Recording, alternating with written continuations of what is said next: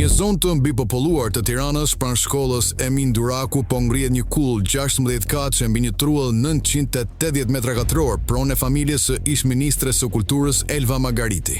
Projekti The Prime Tower u miratua nga Këshilli Kombëtar i Territorit në vitin 2024, ndërkohë që Margariti mbante poste qeveritare por pa deklaruar ndonjëherë pronësi mbi tokën.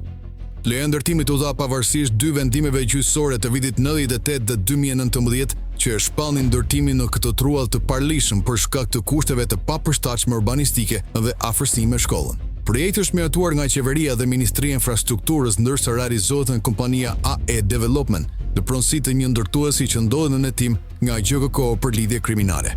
Banorët të alarmuar për ndikimin që ndërtimi ka mbi komunitetin dhe sigurinë e shkollës janë organizuar përmes protestave dhe peticioneve. Ata pretendojnë se leja është dhënë në mënyrë të palishme dhe në kundërshtim me distancët e përcaktuara nga rregulloret urbanistike. Në realitet, ndërtesa 57 metra e lartë duhet të ishte të paktën 86 metra larg shkollës, por ndodhet më pak se 5 metra.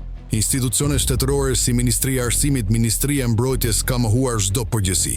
Ndërkohë dëmët e para në infrastrukturë dhe lagjes janë regjistruar në fillim të punimeve, ndërsa banorët kërkojnë ndërhyrje dhe shfuqizim të menjëhershëm të lejes së ndërtimit që ata e konsiderojnë të rrezikshme dhe të padrejtë.